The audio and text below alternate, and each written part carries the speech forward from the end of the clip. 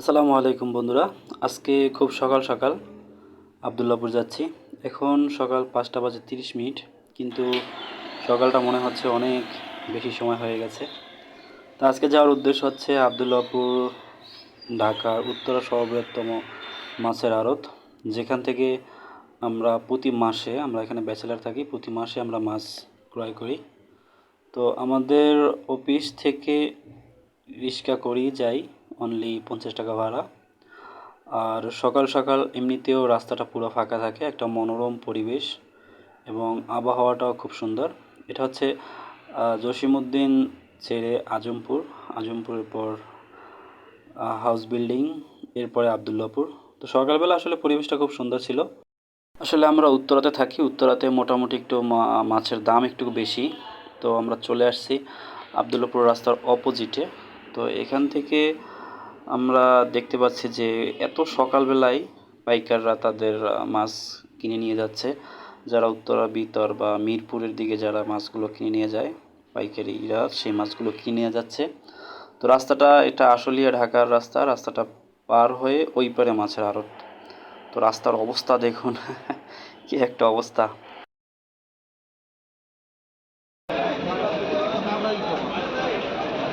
তো মোটামুটি মাছ দেখতেছিলাম, কারণ এখানে আমরা ওরকম বেশি একটা মাছ নিব না, কারণ আমাদের 5 জন ব্যাচেলার মানুষের জন্য যতটুকু প্রয়োজন এর ভিতরে আমরা রুই মাছ আর একটি ব্যাচেলারের সরকারি মাছ, সেটা হচ্ছে পাঙ্গাস মাছ, একটা মাছ নিব।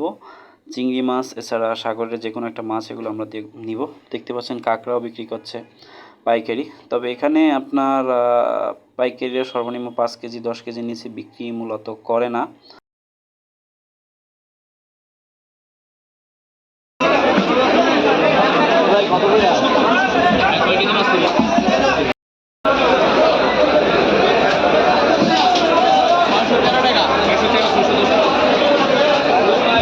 তো দুটো রুই মাছ নিয়ে নিলাম, কেজি ছিল মাত্র 260 টাকা করে।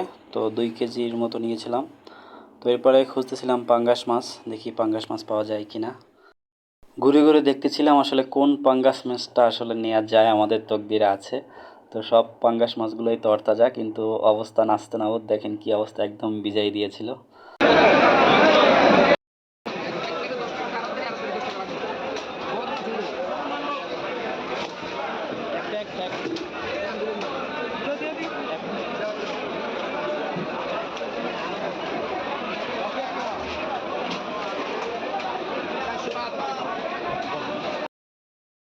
তো একটা পাঙ্গাস মাছ কিনে নিলাম, মোটামুটি 3 সাড়ে 3 কেজির মতো। পাঙ্গাস মাছের কেজি ছিল মাত্র 150 টাকা। অত বড় বড় মাছ কিন্তু আউটে বিক্রি করে এগুলো 250 টাকা করে।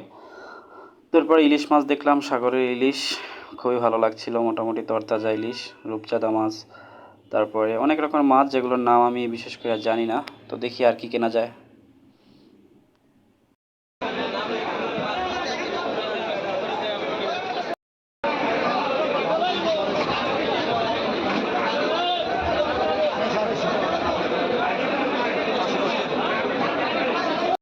তো এক পোলটা মাছ নিয়ে নিলাম, একটা 2 কেজি বরাবর আছে। আমি এই মাছটাকে পাবদা মাছ নামে চিনি, মোটামুটি পাবদা মাছের বড়গুলা। এখন কোন জেলায় কীরকম নাম সেটা আমার জানা নেই, জানি থাকলে কমেন্ট করবেন। তো এক পোলটা নিলাম 500 টাকা। তাই ব্যাগে করে নিয়ে নিলাম, সাগরের মাছ এটাই নিব, এর বেশি আমরা নিব না। এরপরে চিংড়ি মাছ খুঁজতেছিলাম, কিন্তু চিংড়ি মাছ পাইতেছিলাম না মনের মতো। তো ভাবছি ওটা উত্তরা থেকে কিনে নিব। তো এই জন্য আর বেশি দেরি না করে মাছটা কাটাইতে নিয়ে গেলাম। তো একটা বিষয় হলে, কাটতে আসলে এরকম ছেলেপেলে আমাদের পিছু পিছু ঘুরতে থাকে। তো ওরা দাম চেয়েছিল 80 টাকা, তো আমি বলেছি 40 টাকা, কারণ আমার মাছ অনলি রুই মাছ দুটো, পাঙ্গাস মাছ একটা, আর বাকি মাছগুলো ওগুলো বাসায় গিয়ে কাটবো। তো এই জন্য আমি 40 টাকা, পরে ওরা রাজি হয়। তো মাছ দুটো ওরা মোটামুটি লেভেলের একটা কেটে দেয়। উত্তরার আশেপাশে যারা ব্যাচেলার থাকে, আমার মনে হয় সকলের উচিত মাসে একবার বা দুবার একটু রিক্সা ভাড়া বা বাস ভাড়া খরচ করে এলেও এখানে এসে পাইকারি দামে নিয়ে নেওয়া ভালো।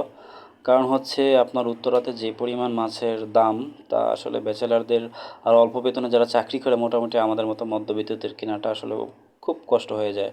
আমি এখান থেকে পাঙ্গাস মাছ 150 টাকা নিয়েছি, কিন্তু এই সেম পাঙ্গাস উত্তরা সন্ধ্যার পরে বিক্রি করে 200 থেকে 250 টাকার মতো পার কেজি, এর বেশিও বিক্রি করে, 350 টাকা করে চায়। এবং রুই মাছ 300 350। তো মাছ কেনাকাটা করে এখন বাসার উদ্দেশ্যে চলে যাচ্ছি। কারণ আমরা এখানে অনলি 1 ঘন্টার মতো সময় আমরা এখানে ব্যয় করেছিলাম। তো এটা একটা ব্যাচেলারের জন্য নিনজা টেকনিক। আমি এখানে যে চাকরি করি, চাকরি করার সুবাদে এখানে প্রতি মাসে এখানে মাছ কিনতে আসি একবারে নিয়ে নিই, পুরো মাছ আমাদের চলে যায়। তো বন্ধুরা, কেমন লাগলো? তো লাইক কমেন্ট করে জানাবেন, পাশে থাকবেন আমাদের, এবং চেষ্টা করব নেক্সট মান্থ আরও ভালো ভালো ভিডিও দেওয়ার। তো আল্লাহ হাফেজ, সবাই ভালো থাকবেন।